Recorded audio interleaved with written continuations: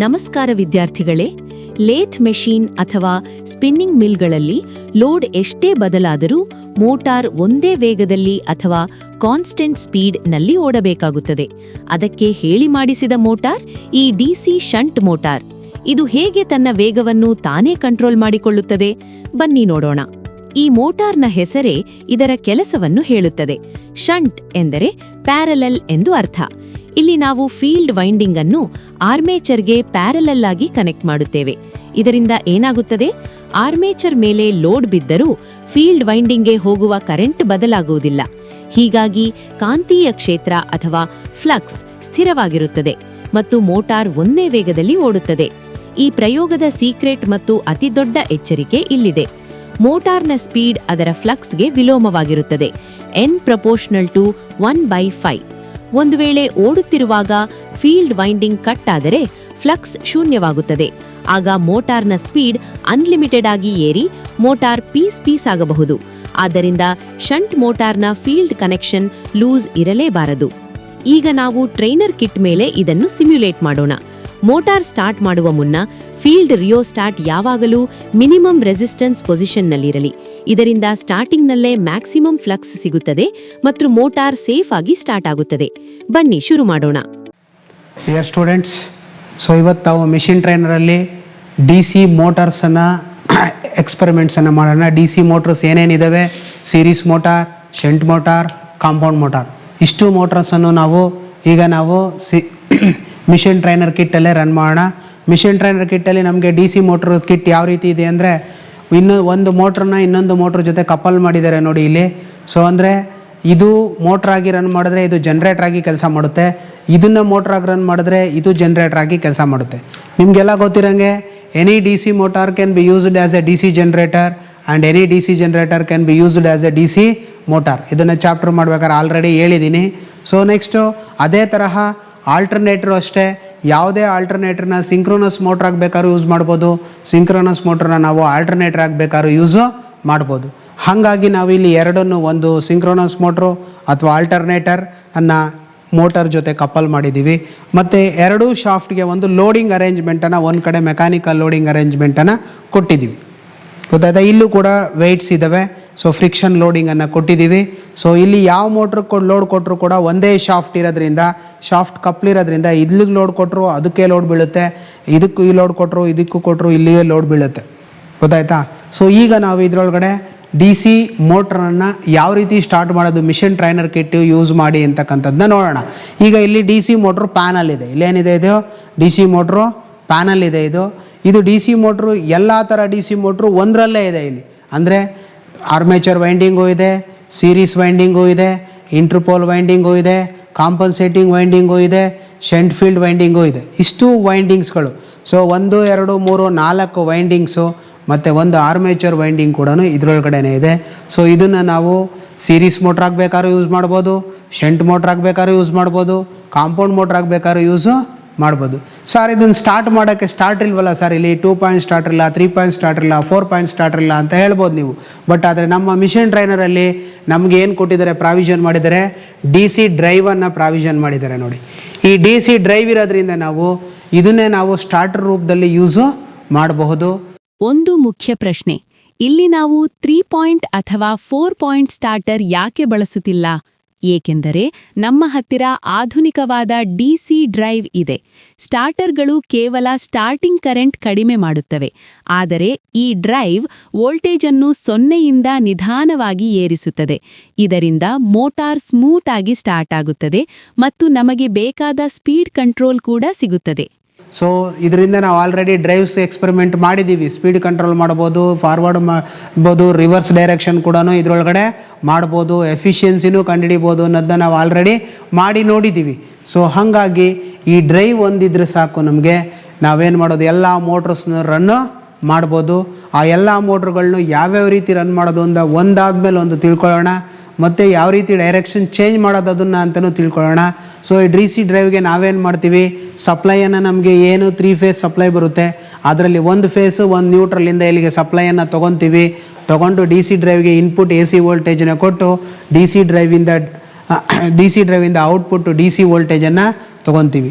ಆ D C voltage ಒಂದು field ವೈಂಡಿಗೆ fixed voltage ಬರುತ್ತೆ, ನಮ್ಗೆ ಆರ್ಮೇಚರ್ಗೆ ವೇರಿಯಬಲ್ ವೋಲ್ಟೇಜ್ ಬರುತ್ತೆ. ಆ ವೇರಿಯಬಲ್ 0 to 180 ವೋಲ್ಟ್ಸ್ ಒಳಗಡೆ ಇರುತ್ತೆ. ಸೊ ಅದನ್ನು ವೇರಿ ಮಾಡಲಿಕ್ಕೆ ಒಂದು ವೇರಿಯಬಲ್ ನಾಬು ಕೂಡ ಇಲ್ಲಿ ಇದೆ. ಇದನ್ನು ವೇರಿ ಮಾಡ್ತಾ ಹೋದರೆ ಏನಾಗುತ್ತೆ, ನಮಗೆ ವೋಲ್ಟೇಜು ವೇರಿ ಆಗ್ತಾ ಹೋಗುತ್ತೆ ಆರ್ಮೇಚರ್ಗೆ ಹೋಗ್ತಕ್ಕಂಥದ್ದು. ಗೊತ್ತಾಯ್ತಾ? ಈಗ ನಾನು ಸರ್ಕ್ಯೂಟ್ ಡಯಾಗ್ರಾಮಲ್ಲಿ ಬರ್ಸಿರಂಗೆ ಕನೆಕ್ಷನ್ಸನ್ನು ಮಾಡ್ತೀನಿ, ನೋಡ್ಕೊಳ್ಳಿ ಯಾವ ರೀತಿ ಕನೆಕ್ಟ್ ಮಾಡೋದು ಅನ್ನೋದು ತಿಳ್ಕೊಳ್ಳಿ. ಸೊ ಮತ್ತೆ ನೀವು ಅದೇ ಥರ ಕನೆಕ್ಷನ್ಸನ್ನು ಮಾಡಿ ಎಕ್ಸ್ಪೆರಿಮೆಂಟನ್ನು ಮಾಡಬೇಕು. ಸೊ ಮೊದಲನೇದಾಗಿ ನಾನೇನು ಮಾಡ್ತೀನಿ, ಸೊ ಎಮ್ ಸಿ ಬಿನ ಆಫಲ್ಲೇ ಇಟ್ಕೊಂಡಿದ್ದೀವಿ ನೋಡಿ, ಎಲ್ಲ ಎಮ್ ಸಿ ಬಿ ಆಫಲ್ಲೇ ಇರಬೇಕು. ಯಾವುದೋ ಎಮ್ ಸಿ ಬಿ ಆನಲ್ಲಿದೆ ಇದನ್ನು ಕೂಡ ಆಫಲ್ಲಿ ಇಟ್ಕೊಳ್ಳಿ. ಸೊ ಎಲ್ಲ ಎಮ್ ಸಿ ಬಿನೂ ಆಫಲ್ಲೇ ಇರಬೇಕು. ಸೊ ಯಾವ್ದಾದ್ರು ಒಂದು ಫೇಸ್, ನಾನು ಬಿ ಫೇಸಿಂದ ತೊಗೊಂಡಿದ್ದೀನಿ, ಬಿ ಫೇಸಿಂದ ತೊಗೊಂಡಿದ್ದು ಎಲ್ಗೆ ಕೊಟ್ಟೆ ನೋಡಿ, ಡ್ರೈವಲ್ಲಿ ಇರ್ತಕ್ಕಂಥ ಇನ್ಪುಟ್ಟು ಎಲ್ ಆ್ಯಂಡ್ ಎನ್ ಎಲ್ಗೆ ಕೊಟ್ಟೆ. ನೆಕ್ಸ್ಟ್ ನ್ಯೂಟ್ರಲ್ ತೊಗೊಂಡಿದ್ದನ್ನು ಡ್ರೈವಲ್ಲಿರ್ತಕ್ಕಂಥ ನ್ಯೂಟ್ರಲ್ ಎನ್ಗೆ ಕೊಟ್ಟೆ ನೋಡಿ. ಈಗ ಡಿ ಸಿ ಡ್ರೈವ್ಗೆ ಇನ್ಪುಟ್ ಸಪ್ಲೈ ಬಂತು, A C supply, single phase supply ಬಂತು. ಈಗ ಅಲ್ಲಿಂದ ನೋಡಿ ಫೀಲ್ಡ್ ವೈಂಡಿಂಗ್ ಎಫ್ಫಿಂದ ಎಫ್ ಎರಡಿದ್ದಾವೆ, ಎಫ್ ಅಥವಾ ಈವನ್ ಎಫ್ಫಿಂದ ಬಂದಿದ್ದು, ಡ್ರೈವ್ ಎಫ್ಫಿಂದ ಬಂದಿದ್ದು ಇಲ್ಲಿ F1 F2 ಅಂತಿದೆ. ಇಲ್ಲೇನಿದೆ, ಇಲ್ಲಿ F1 F2 ಅಂತಿದೆ. ಎಫ್ಫಿಂದ ಬಂದಿದ್ದನ್ನ F1 ಕೊಡ್ತೀನಿ. ಸೊ ಅಲ್ಲಿಗೆ ಶಂಟ್ ಫೀಲ್ಡ್ನ ಸ್ಟಾರ್ಟಿಂಗ್ ಕೊಟ್ಟಂಗಾಯಿತು. ಸೊ ಶಂಟ್ ಫೀಲ್ಡ್ ಎಂಡಿಂಗನ್ನು ಎಫ್ನ ನಾನೇನು ಮಾಡ್ತೀನಿ, F2 ಅಂತ ಇದೆ ನೋಡಿ, ಇಲ್ಲಿ ಶಂಟ್ ಫೀಲ್ಡ್ನ ಎಂಡ್ ಕೊಡ್ತೀನಿ. ಶಂಟ್ ಮೋಟಾರ್ ಸ್ಪೆಷಾಲಿಟಿ ಏನು? ಗಮನಿಸಿ, ನಾವಿಲ್ಲಿ ಆರ್ಮೇಚರ್ ಮತ್ತು ಫೀಲ್ಡ್ ವೈಂಡಿಂಗ್ ಎರಡನ್ನು ಪ್ಯಾರಲೆಲ್ ಆಗಿ ಕನೆಕ್ಟ್ ಮಾಡಿದ್ದೇವೆ. ಶಂಟ್ ಅಂದರೇನೆ ಪ್ಯಾರಲೆಲ್ ಅಂತ ಅರ್ಥ. ಈ ಮೋಟಾರ್ನ ವಿಶೇಷತೆ ಏನೆಂದರೆ ಇದು ಕಾನ್ಸ್ಟೆಂಟ್ ಸ್ಪೀಡ್ ಮೋಟಾರ್. ಲೋಡ್ ಜಾಸ್ತಿ ಆದರೂ ಇದರ ಸ್ಪೀಡ್ ಹೆಚ್ಚು ಬದಲಾಗುವುದಿಲ್ಲ. ಶಂಟ್ ಫೀಲ್ಡ್ಗೆ ಸಪ್ಲೈಯನ್ನು ಕೊಟ್ಟೆ. ನೆಕ್ಸ್ಟು ಅದೇ ರೀತಿ ನಾನು ಇಂದ ಆರ್ಮೇಚರಿಂದ ಬಂದಂಥದ್ದನ್ನು ನಾನೇನು ಮಾಡ್ತೀನಿ, ಅಮ್ಮೀಟ್ರ್ ಕೊಡ್ತೀನಿ. ಎಷ್ಟು ಕರೆಂಟು ಅಂತ ನಾವು ನೋಡ್ಬೇಕು ತಾನೆ, ಅದಕ್ಕೋಸ್ಕರ ಅಮ್ಮೀಟ್ರ್ ಪಾಸಿಟಿವ್ಗೆ ಕೊಡ್ತೀನಿ. ಎಲ್ಲಿ ಕೊಡ್ತೀನಿ, ಅಮ್ಮೀಟ್ರು ಪಾಸಿಟಿವ್ ಕೊಡ್ತೀನಿ. ಅಮ್ಮೀಟ್ರು ನೆಗೆಟಿವಿಂದ ಬಂದಿದ್ದನ್ನು, ಎಲ್ಲಿಂದ ಬಂದಿದ್ದು, ಅಮ್ಮೀಟ್ರು ನೆಗೆಟಿವಿಂದ ಬಂದಿದ್ದನ್ನು ನಾನೇ ಮಾಡ್ತೀನಿ, ಒಂಚೂರು ಎಕ್ಸ್ಟೆನ್ಷನ್ ಮಾಡ್ಕೊತೀನಿ. ವೈರ್ನ ಸ್ವಲ್ಪ ಎಕ್ಸ್ಟೆನ್ಷನನ್ನು ಮಾಡ್ಕೊತೀನಿ.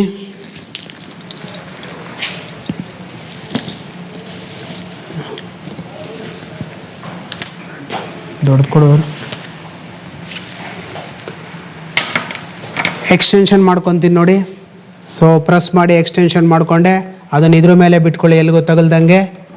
ಸೊ ಅದರಿಂದ ಬಂದಿದ್ದಂಥ ವೈರನ್ನು ನಾನೇನು ಮಾಡಿದೆ, ಆರ್ಮೇಚರ್ A1 ನೋಡಿ, ಇಲ್ಲಿ ಟರ್ಮಿನಲ್ಲಿ A1 ಇದೆ, A1ಗೆ ಕೊಟ್ಟೆ.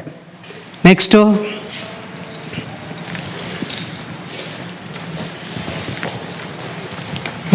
ಇಂದ ಬಂದಿದ್ದು, ಎಲ್ಲಿಂದ ಬಂದಿದ್ದು, ಇಂದ ಬಂದಿದ್ದು, ಡ್ರೈವ್ ಇಂದ ಬಂದಿದ್ದು A2ಗೆ ಬರುತ್ತೆ. ಇಲ್ಲಿ ಆರ್ಮೇಚರ್ A2ಗೆ ಬರುತ್ತೆ, A2ಗೆ ಕೊಟ್ಟೆ. ಈಗ ನನಗೆ D C shunt motor connection complete ಆಯಿತು. ನಿಮಗೆ ಬರ್ಸಿರೋದು ಡಿ ಸಿ ಶಂಟ್ ಮೋಟಾರ್, ಆ ಶಂಟ್ ಮೋಟಾರ್ ಕನೆಕ್ಷನ್ನು ಕಂಪ್ಲೀಟು ಆಯಿತು.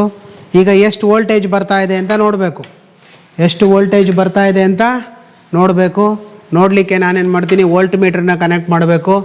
ವೋಲ್ಟ್ ಮೀಟ್ರ್ ನೆಗೆಟಿವಿಂದ ನಮ್ಮ ಡ್ರೈವು ಎಗೆ ಕೊಡ್ತೀನಿ,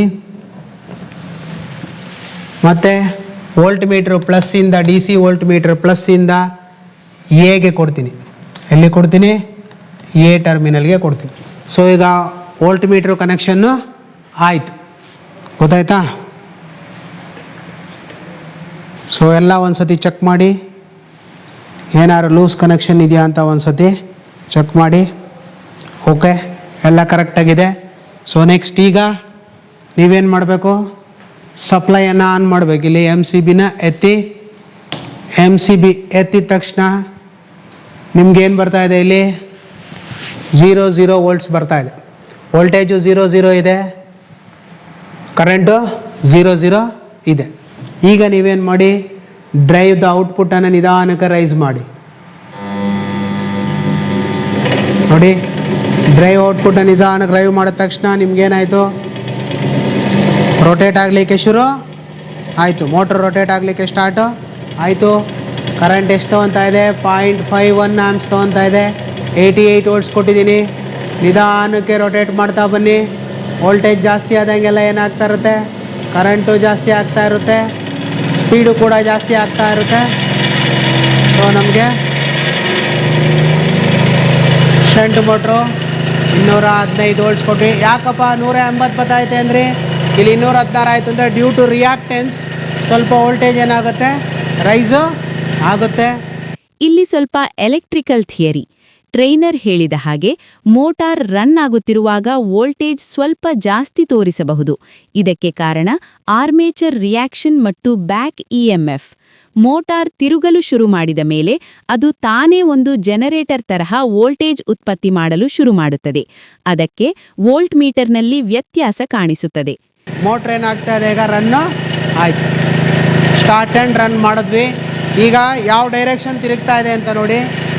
ಫುಲ್ಲು 0 ಮಾಡಿ ನೋಡಿ ಇಲ್ಲಿ ಯಾವ ಡೈರೆಕ್ಷನ್ ತಿರುಗ್ತಾ ಇದೆ. ಸ್ಲೋ ಮಾಡ್ತೀನಿ, ಸ್ಪೀಡ್ನ ಕಂಟ್ರೋಲ್ ಮಾಡಿದೆ ಇಲ್ಲೇನೆ. ಇದು ಒಂದು ಎಕ್ಸ್ಪೆರಿಮೆಂಟ್ ಆಯಿತು, ಸ್ಪೀಡ್ನ ಕಂಟ್ರೋಲ್ ಮಾಡೋದಿಲ್ಲಿ. ಸೊ ಆರ್ಮೇಚರ್ ಕರೆಂಟ್ ವೇರಿ ಆಗ್ತಾ ಇದೆ, ವೋಲ್ಟೇಜ್ ವೇರಿ ಆಗ್ತಾ ಇದೆ, ಸ್ಪೀಡು ಕೂಡ ವೇರಿ ಆಗ್ತಾ ಇದೆ. ಇದು ಒಂದು ಎಕ್ಸ್ಪೆರಿಮೆಂಟ್ ಆಯ್ತು. ಇದು ಕೂಡ ನೀವು ನಿಮ್ಮ ಟ್ಯಾಬ್ಲರ್ ಕಾಲಮಲ್ಲಿ terminal applied voltage, armature current, speed ಅದೊಂದು ಟ್ಯಾಬ್ಲರ್ ಕಾಲಮ್ ಹಾಕೊಂಡು ಇದನ್ನು ಕೂಡ ನೀವು ಒಂದು ಎಕ್ಸ್ಪೆರಿಮೆಂಟ್ ಮಾಡ್ದಂಗೆ ಬರಿಬೋದು. ಏನು ತಪ್ಪು ಇಲ್ಲ. ಸೊ ನೋಡಿ ಈಗ ಯಾವ ಡೈರೆಕ್ಷನ್ ತಿರುಗ್ತಾ ಇದೆ ಅಂತ ನೋಡಿ. ನೋಡಿ ಕ್ಲಾಕ್ ವೈಸಲ್ಲಿ ತಿರುಗ್ತಾ ಇದೆ. ಹೆಂಗೆ ತಿರುಗ್ತಾ ಇದೆ, ಕ್ಲಾಕ್ ವೈಸಲ್ಲಿ ಮೋಟ್ರು ತಿರುಗ್ತಾ ಇದೆ. ಈಗಿದನ್ನು ನೀವು ಆ್ಯಂಟಿ ಕ್ಲಾಕ್ ವೈಸಲ್ಲಿ ತಿರುಗಿಸ್ಬೇಕು ಅಂತಂದರೆ ಫುಲ್ಲು 0 ಮಾಡಿ, ಇದನ್ನು 0 ಮಾಡಿದಾದಮೇಲೆ MCBನ ಆಫ್ ಮಾಡಿದಾದಮೇಲೆ ಇಲ್ಲಿ ಯಾವ ಕನೆಕ್ಷನನ್ನು ಇಂಟರ್ಚೇಂಜ್ ಮಾಡ್ತೀರಾ, A1 A2ನ ಇಂಟರ್ಚೇಂಜ್ ಮಾಡಿ. A2ಗೆ ಬಂದಿರೋದನ್ನ A1 ಕೊಡಿ, A1ಗೆ ಬಂದಿರೋದನ್ನ A2 ಕೊಡಿ. ಗಮನಿಸಿ, ಡೈರೆಕ್ಷನ್ ಚೇಂಜ್ ರೂಲ್. ಮೋಟಾರ್ ಉಲ್ಟಾ ತಿರುಗಬೇಕೆಂದರೆ ಇಲ್ಲಿ ಟ್ರೈನರ್ ಆರ್ಮೇಚರ್ ಟರ್ಮಿನಲ್ಸ್ ಮಾತ್ರ ಅದಲು ಬದಲು ಮಾಡಿದರು. ನೀವು ಬೇಕಿದ್ದರೆ ಫೀಲ್ಡ್ ಟರ್ಮಿನಲ್ಸ್ ಕೂಡ ಅದಲು ಬದಲು ಮಾಡಬಹುದು. ಆದರೆ ಎರಡನ್ನೂ ಒಟ್ಟಿಗೆ ಬದಲಾಯಿಸಿದರೆ ಮೋಟಾರ್ ತಿರುಗುವ ದಿಕ್ಕು ಬದಲಾಗುವುದಿಲ್ಲ. ಯಾವುದಾದರೂ ಒಂದನ್ನು ಮಾತ್ರ ಚೇಂಜ್ ಮಾಡಿ. ಸೊ ಅಲ್ಲಿ ಚೇಂಜ್ ಮಾಡಿದೆ. ಈಗ MCBನ ಆನ್ ಮಾಡಿ. ಈಗ ಡ್ರೈವನ್ನು ರೊಟೇಟ್ ಮಾಡಿ, ವೋಲ್ಟೇಜನ್ನು ರೊಟೇಟ್ ಮಾಡಿ. ಸೊ ನೋಡಿ ಈಗ ಸ್ವಲ್ಪ ಸ್ಪೀಡಲ್ಲೇ ನೋಡಿ, ಸ್ವಲ್ಪ ವೋಲ್ಟೇಜ್ ಕೊಟ್ಟು ಈಗ ಆ್ಯಂಟಿ ಕ್ಲಾಕ್ ವೈಸ್ ಡೈರೆಕ್ಷನಲ್ಲಿ ರೊಟೇಟ್ ಆಗ್ತಾ ಇದೆ ತಾನೇ ಮೋಟ್ರು. ಸೊ ಡೈರೆಕ್ಷನ್ ಏನಾಯಿತು, ಚೇಂಜ್ ಆಯಿತು. ಸೊ ಮೋಟ್ರು ಡೈರೆಕ್ಷನ್ನು ಚೇಂಜ್ ಮಾಡಿದ್ರಿ, ಸ್ಪೀಡ್ನೂ ಕಂಟ್ರೋಲ್ ಮಾಡಿದ್ರಿ. ನೋಡಿ ವೇರಿ ಮಾಡಿದ್ರೆ ಸ್ಪೀಡು ಕೂಡ ವೇರಿ ಆಗುತ್ತೆ, ವೋಲ್ಟೇಜು ಕರೆಂಟು ಕೂಡ ರೀಡಿಂಗ್ ಸಿಗುತ್ತೆ ನಿಮಗೆ. ಪ್ರತಿಯೊಂದು ಒಂದೇ ಇದರಲ್ಲಿ ಎಲ್ಲ ಎಕ್ಸ್ಪೆರಿಮೆಂಟ್ಸನ್ನು ನೀವು ಮಾಡಬಹುದು. ಸೊ ಫುಲ್ ವೋಲ್ಟೇಜನ್ನು ಕೊಡಿ. ಶಂಟ್ ಮೋಟ್ರು ಫುಲ್ ಸ್ಪೀಡಲ್ಲಿ ತಿರುಗೋಕ್ಕೆ ಶುರು ಆಗುತ್ತೆ. ಶಂಟ್ ಮೋಟ್ರು ಫುಲ್ ಸ್ಪೀಡಲ್ಲಿ ತಿರುಗುತ್ತೆ ಈಗ. ಸೊ ನೆಕ್ಸ್ಟ್ ಏನು ಮಾಡ್ತೀರಾ, ಲೋಡಿಂಗ್ ಪರ್ಫಾರ್ಮೆನ್ಸ್ ಟೆಸ್ಟ್ ಮಾಡಲಿಕ್ಕೆ ನೀವು ಲೋಡಿಂಗನ್ನು ಕೊಡಿ. ಇಲ್ಲಿ ಲೋಡ್ ಕೊಟ್ಟರೆ ಏನಾಗುತ್ತೆ ನೋಡಿ, ಲೋಡನ್ನು ಕೊಡಿ.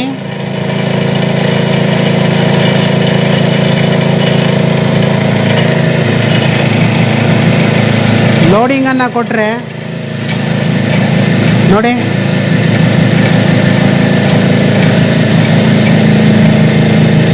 ಕರೆಂಟ್ ರೇಟಿಂಗಲ್ಲಿ ಎಷ್ಟಿದೆ, 0.9493, 88 ಇತ್ತು, 94 ಕರೆಂಟ್ ರೇಟಿಂಗ್ ರೈಸ್ ಆಗ್ತಾ ಇದೆಯಾ ನೋಡಿ, ಇಲ್ಲಿ ರೈಸ್ ಆಗ್ತಾ ಇದೆ. ಇಲ್ಲಿ load current will be increased. So ನೀವು ಲೋಡ್ ಕೊಟ್ಟಂಗೆಲ್ಲ ಏನಾಗ್ತಾ ಇರುತ್ತೆ, ರೈಸ್ ಆಗ್ತಾ ಇರುತ್ತೆ. ಕಾಣಿಸ್ತಾಯ್ತಾ? ಸೊ ಒಂದೊಂದು ಇಂಟರ್ವೆಲ್ಸ್ಗೂ ನೀವು volt meter reading, ammeter reading ಮತ್ತು W1 W2 ರೀಡಿಂಗನ್ನು ನಿಮ್ಮ ಟ್ಯಾಬ್ಯುಲರ್ ಕಾಲಮಲ್ಲಿ ಎಂಟ್ರಿ ಮಾಡ್ಕೊಳ್ಳಿ. ಮಾಡ್ಕೊಂಡಾದಮೇಲೆ ನೋಡಿ ಒಂದೊಂದು ಸತಿ ಲೋಡ್ ರೈಸ್ ಮಾಡಿದಾಗಲೂ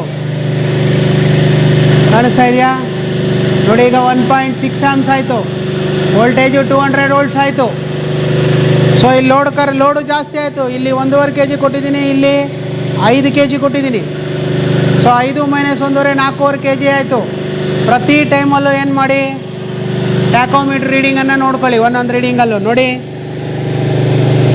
ಟ್ಯಾಕೋಮೀಟ್ರು ಏನು ಸ್ಪೀಡ್ ಏನು ತಿರುಗ್ತಾ ಇದೆ, ಮೋಟ್ರು 1464 RPM ತಿರುಗ್ತಾ ಇದೆ. ಈ ರೀಡಿಂಗನ್ನು ನಿಮ್ಮ ಟ್ಯಾಬ್ಲರ್ ಕಾಲಮಲ್ಲಿ ಬರ್ಕೊಳ್ಳಿ. ಗೊತ್ತಾಯ್ತಾ? ಇದೇ ಥರ ಲೋಡ್ ಇನ್ಕ್ರೀಸ್ ಮಾಡಿ 4 ರೀಡಿಂಗ್ಸನ್ನು ಕೂಡ ಬರ್ಕೊಳ್ಳಿ. ಒಂದು voltmeter, ammeter, tachometer reading, W1 W2 ರೀಡಿಂಗನ್ನು ಬರ್ಕೊಳ್ಳಿ. ಬರ್ಕೊಂಡಾದಮೇಲೆ ನೀವೇನು ಮಾಡಿ, ಲೋಡನ್ನು ರಿಲೀಸ್ ಮಾಡಿ. ಅವಾಗ ಸ್ಪೀಡ್ ಒಂಚೂರು ಜಾಸ್ತಿ ಆಗೋದು ಕೇಳಿಸುತ್ತೆ ನಿಮಗೆ. ಸೊ ರಿಲೀಸ್ ಮಾಡಿದ್ಮೇಲೆ ನೀವು ವೇರಿಯಬಲ್ ನಾಬ್ನ ಕಮ್ಮಿ ಮಾಡಿ ಮೋಟ್ರ್ ಏನಾಗುತ್ತೆ, ಆಫ್ ಆಗುತ್ತೆ. ಆಮೇಲಿಂದ ಸ್ವಿಚ್ಚನ್ನು ಆಫ್ ಮಾಡಿ. ಈಗ ನೆಕ್ಸ್ಟು ಕ್ಯಾಲ್ಕುಲೇಷನ್ಸನ್ನು ಮಾಡಬೇಕು. ನೆಕ್ಸ್ಟ್ ಕ್ಯಾಲ್ಕುಲೇಷನ್ಸ್ ಏನು ಮಾಡ್ತೀರಾ, ಡ್ರಮ್ ಡಯಾಮೀಟ್ರ್ ತೊಗೊತೀರಾ. ಡ್ರಮ್ ಡಯಾಮೀಟ್ರ್ ನಿಮ್ಗೆ ಹೇಳ್ಕೊಟ್ಟಿದ್ನಲ್ಲ, ಹಳೆ ಎಕ್ಸ್ಪೆರಿಮೆಂಟ್ಸಲ್ಲೆಲ್ಲದರಲ್ಲೂ ಹೇಳ್ಕೊಟ್ಟಿದ್ದೀನಿ. ಹಿಂದೆ ಮಾಡಿರೋ ಎಕ್ಸ್ಪೆರಿಮೆಂಟಲ್ಲಿ ಹೇಳಿದ್ದೀನಿ. ಟೋಟಲ್ ಡಯಾಮೀಟ್ರು 145 ಇದೆ. ಇದು ಮೀಟ್ರಿಗೆ ಕನ್ವರ್ಟ್ ಮಾಡ್ಕೊಳ್ಳಿ. ಅದನ್ನು 0.145 ಆಗುತ್ತೆ ಡಿವೈಡೆಡ್ ಬೈ 1000 ಮಾಡಿದ್ರೆ.